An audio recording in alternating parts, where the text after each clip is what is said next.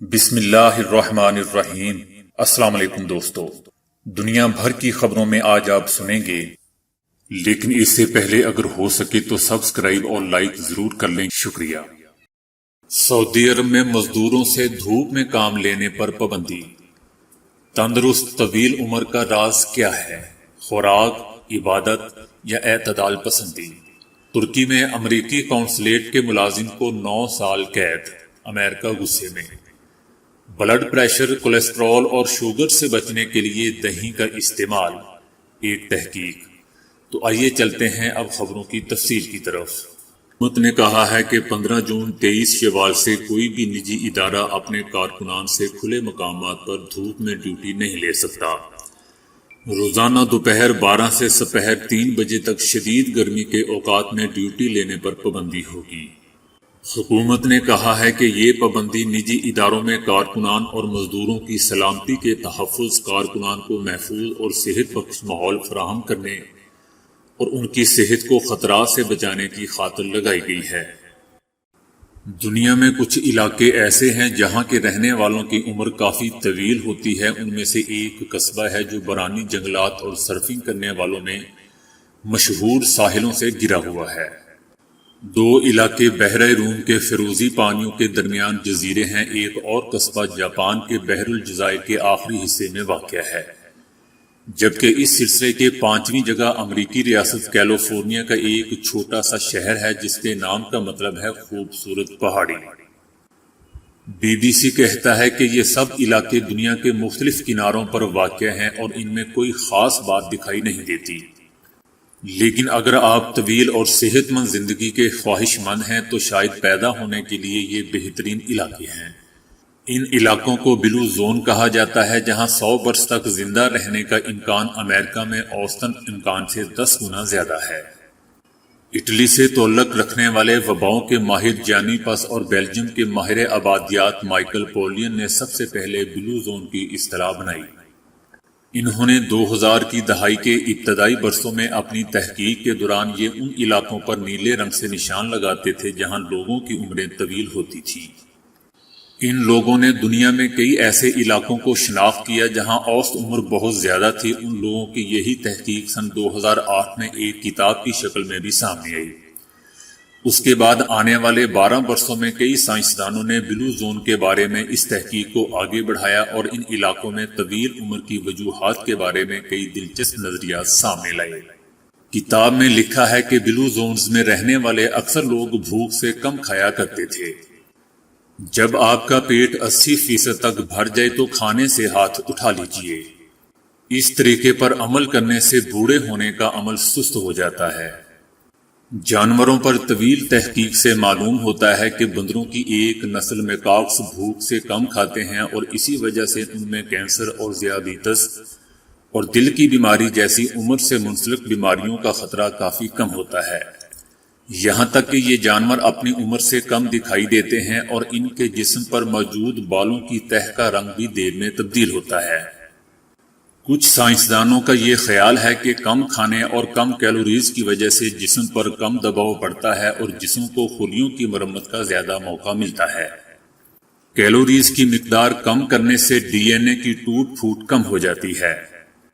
اس کے علاوہ بلو زونز میں رہنے والوں کی زیادہ تر خوراک سبزیوں اور پودوں پر مشتمل ہوتی ہے، جس کی وجہ سے دل کی صحت برقرار رکھنے میں مدد ملتی ہے۔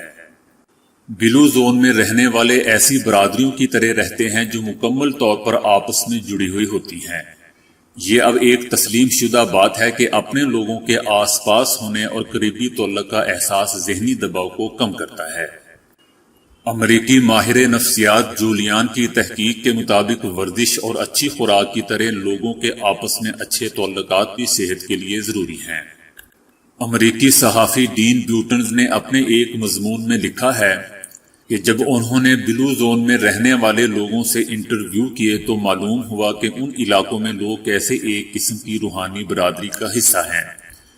یہ روحانی تعلق نہ صرف ایک سماجی تعلق فراہم کرتا ہے بلکہ مذہبی رسومات کی ادائیگی سے زندگی کو مقصد بھی ملتا ہے۔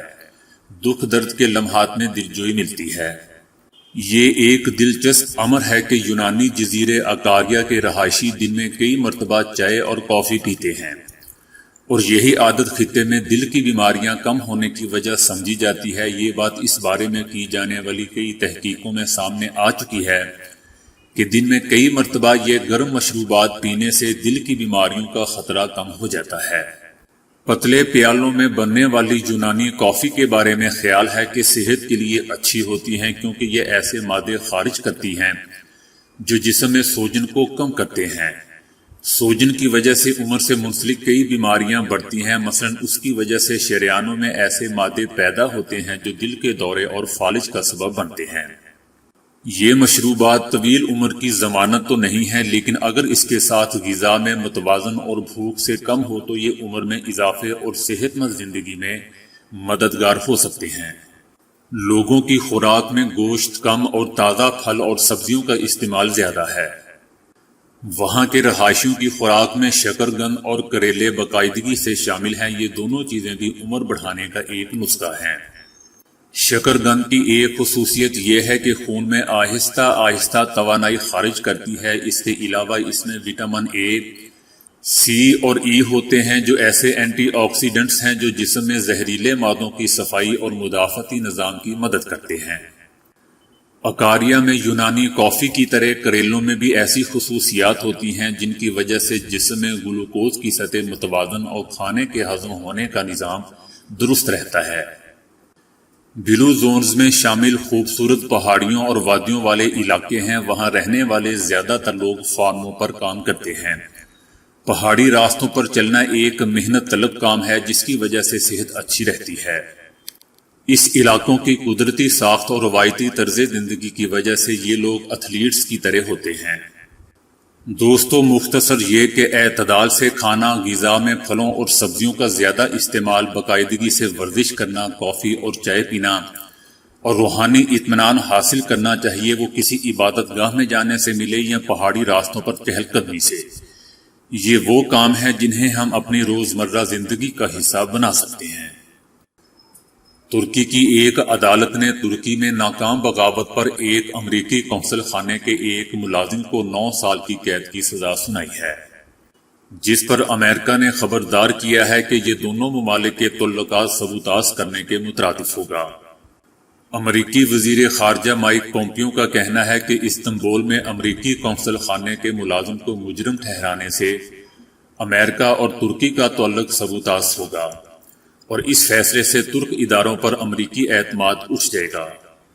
پومپیو نے ترکی پر زور دیا ہے کہ اس مسئلے کو منصفانہ طریقے سے حل کیا جائے، کیونکہ اس کے خلاف ایسا کوئی ٹھوس ثبوت نہیں ہے جو اس کو مجرم ثابت کرتا ہو۔ دوستو، کیا سبب ہے کہ ماضی میں اس قدر امراض یا بیماریاں نہیں تھیں جتنی آج ہیں؟ دراصل یہ 20ویں صدی کا تماشا ہے، ورنہ اس سے قبل بیماریاں تو ہوتی تھیں مگر آج کل کے امراض سے مختلف تھیں۔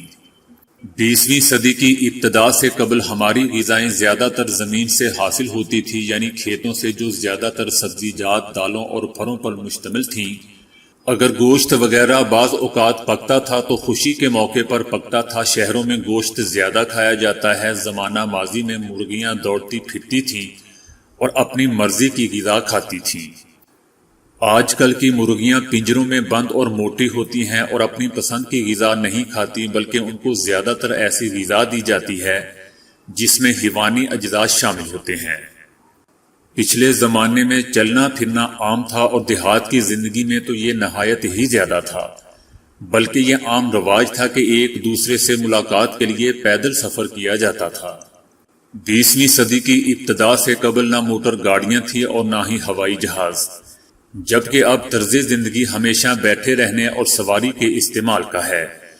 پچھلی صدی میں تلاش روزگار کے سلسلے میں دیہات سے شہروں کی جانب بکثرت نقل مکانی ہوئی ہے، جس نے ہماری زندگی پر اثرات ڈالے ہیں۔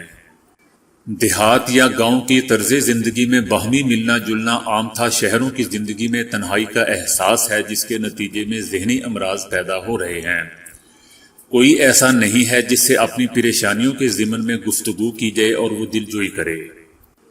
آج دل کا اٹیک، انجائنا، ذیابیطس قسم 2 اور بلند فشار یعنی بلڈ پریشر کے عام لوگ مریض ہیں، جن کی وجہ سے ہماری حیوانوں سے حاصل غذا اور چلنے پھرنے کی عادات نہ ہونا ہے۔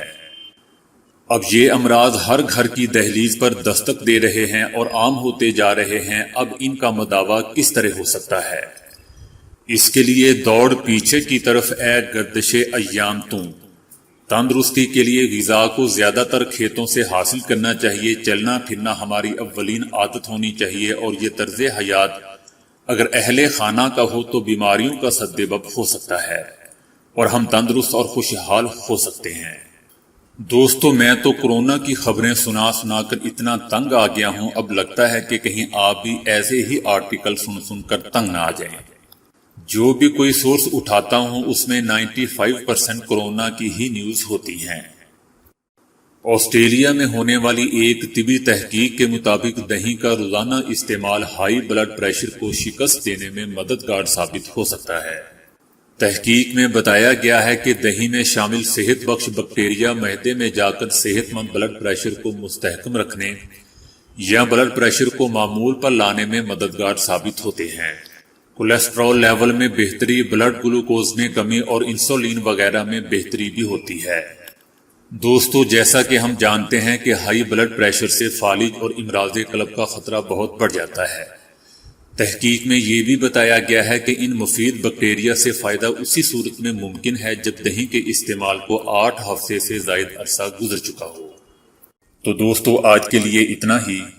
ویڈیو کو لائک اور شیئر کرنے کا بہت بہت شکریہ۔